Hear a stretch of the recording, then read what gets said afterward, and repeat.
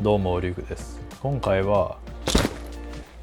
このアルパカのフローサッチェルの2リットルと4リットルのモデルについてレビューしていきたいと思います。今回アルパカからこの2製品送ってもらって、僕の実際に使ったレビューなんかは雑誌のビギンなんかにも掲載されているんですが、かなり尖った面白い製品だなと思ったので、このチャンネルでも徹底的に解説していきます。結構いいなと思った点も多かった一方で、やっぱり気になる点もあったので、これから詳しく話していきます。それでは行ってみましょう。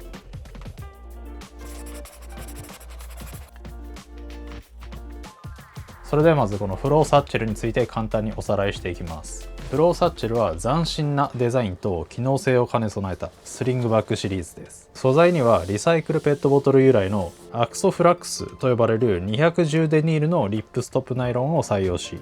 耐久性と撥水性に優れています。どちらのモデルも拡張式のボトルポケットであったり、Tテザー付きのポケット、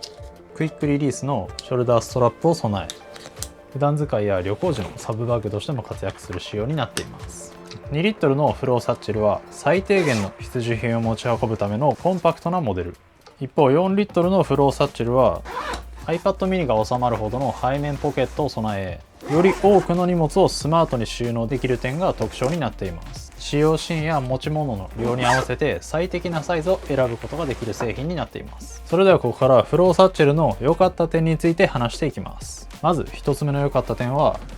大きく開くメインスペースです。見てわかる通り、ここの部分が少しカーブしています。開口口が少しカーブしていることで体へのフィット感も増しますし、メインスペースを開けた時により物が取り出しやすいという設計になっています。また裏地はかなり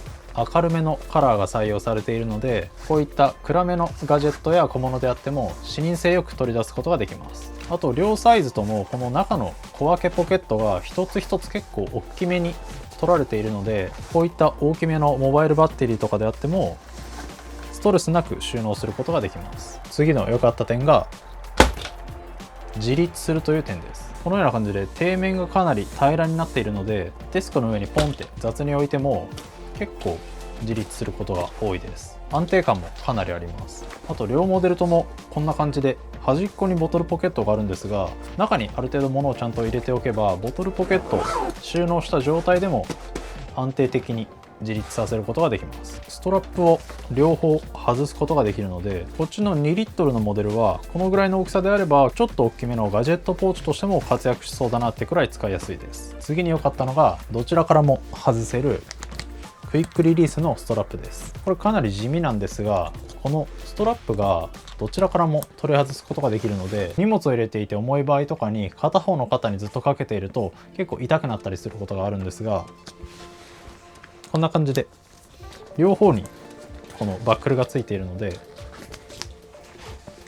較的簡単に肩を入れ替えることができます。バックル自体は特にマグネットとかではなく、このボタンを押してスライドさせる簡単な機構になっているので、慣れるとすごく楽に取り外すことができます。またこのバックル自体がこんな感じで回転する構造になっているので、このストラップ自体の長さを結構どんな長さで背負っていても体に対して最適な角度でバックルが固定されるので、背負い心地だったり体に対するフィット感みたいなものもすごく高いなって感じました。次に良かったのが各部にあるループです。このサイドにもループが何個かあったり、体側にはこんな感じで長めのハンドルがついていたり、容量的には2リットルと4リットルしかないんですが、ここにカラビナなんかをつけておくことによって外出先で荷物が増えた際だったり、買い物袋をもらった際にここにつけておいて両手を開けるみたいなこともやろうと思えばできるなって思いました。あと細かいんですが、このボトルポケットのところにこんな感じでバンジーコードみたいなものがついてるので、このボトルポケット自体結構ゆるゆるなんですが、これを結構しっかりめに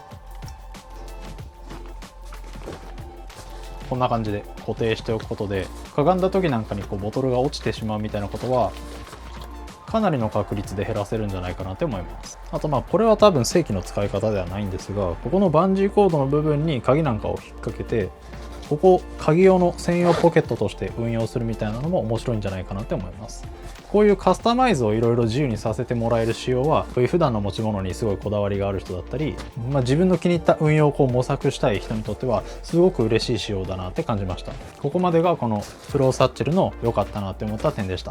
ここからは使っていて少し気になるなと思った点について話していきます。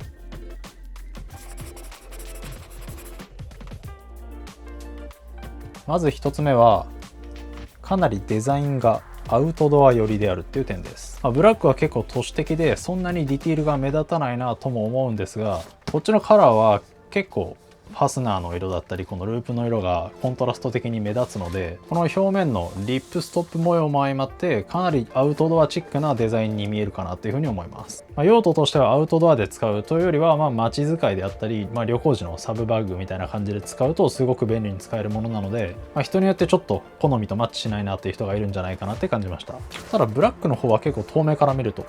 こういうバナナ系のスリングにしか見えないので、このぐらいの情報量で外にボトルポケットがあるっていうのはすごく面白い仕様であるので、シンプルなデザインが好きな人はこっちのブラックがおすすめです。2つ目の気になった点が、荷物を入れすぎると上が閉まらないことがあるという点です。これは当たり前っちゃ当たり前なんですが、荷物を入れすぎるとかなり閉めづらくなってしまいます。なんでここが気になったかというと、一見結構物が入りそうだなと思って気がつくとたくさんのものを入れてしまいます。ただ横から見ると分かる通り、このバッグはこういった感じで上にすぼまった三角形の形状をしています。こういった薄型のデバイスであればすんなり入って閉めることも容易ですが、こういうちょっと丸っこい物体なんかはたくさん入れていくと結構閉まらないことがあります。こうやって開いた時よりも実際に閉じた時の方がすごく容量が少なくなる傾向があるので、荷造りをしている時なんかに思ったより物が入らなくて物を減らしたりみたいなことが結構ありました。なので運用としてはみっちり物を詰めるというよりはなるべく少なめの荷物で身軽に出かけるみたいな、そういった運用をすることでかなり快適に使えるものなんじゃないかなって感じました。次に気になったのがボトルポケットが中を圧迫しているという点です。よく見ると分かるんですが、こんな感じでボトルポケットの部分は内側に少し食い込むように縫い付けられています。ボトルを使わない時はここのスペースがフルに使えるのでメインスペースの容量がかなり大きくなるんですが、ボトルを入れる際は少しメインの容量を借りる形になるので、最初にこのメインスペースに物をパンパンに詰めてしまうとボトルポケットを使いたい時にかなりタイトだなっていう風に感じます。さらにこっちの2リットルのモデルはこのボトルがメインスペースを侵食する割合がかなり大きいので、最初からボトルポケットを持っていこうとするとほとんど物が入らないなという印象です。なのでこの2リットルのモデルを使う人は結構荷物を減らさないと想像していたような運用ができないんじゃないかなって感じました。ここまでがこのフローサッチルを使っていて少し気になるなと思った点でした。このバッグを一言で言うと、自分のズボンだったりジャケットのポケットを増強する、増やす、拡張する、そんなバッグだなっていうふうに感じました。全てのバッグはそういう側面があると思うんですが、このフローサッチルを使う中でとにかく物を取り出したり入れたりする体験が自分の服のポケットに何かを入れる体験にすごく近いなっていうふうに感じました。あとはこういったループがいっぱいあるのもズボンのベルトループに似ていますし、内ポケットも含め全てのポケットが上側に向いているので比較的にポケット数が減る夏場なんかにこのバッグを使うのはすごくいいんじゃないかなって感じます。水分補給もしやすくなりますしね。このとにかく口が大きく開いたりポケットが大きく取られてるっていうこのアクセスのしやすさはこれからのスリングバッグの標準的な考え方としてすごく使い勝手がいいですし、さらにこういう自立性みたいなものも両立できてしまっているのは挑戦的なデザインを作り続けているアルパカだからこそ実現した一つの製品だなというふうに感じました。以上になります。こんな感じでこのチャンネルではバッグのレビューであったり日々に役立つ情報を発信しています。 YouTube メンバーシップでは僕の開発しているノーマンズギアというブランドの製品の進捗情報であったり、僕の使ったバッグを次のオーナーに譲渡するセカンドオーナー制なんかを特典として用意しています。気になった方はぜひ概要欄からチェックしてみてください。 X、Instagram、TikTok、ポッドキャストも配信しています。ぜひフォローお願いします。最後にこの動画が面白いと思ったらグッドボタンとチャンネル登録、通知登録もよろしくお願いします。最後までご視聴いただきありがとうございました。それではまた次の動画でお会いしましょう。バイバイ。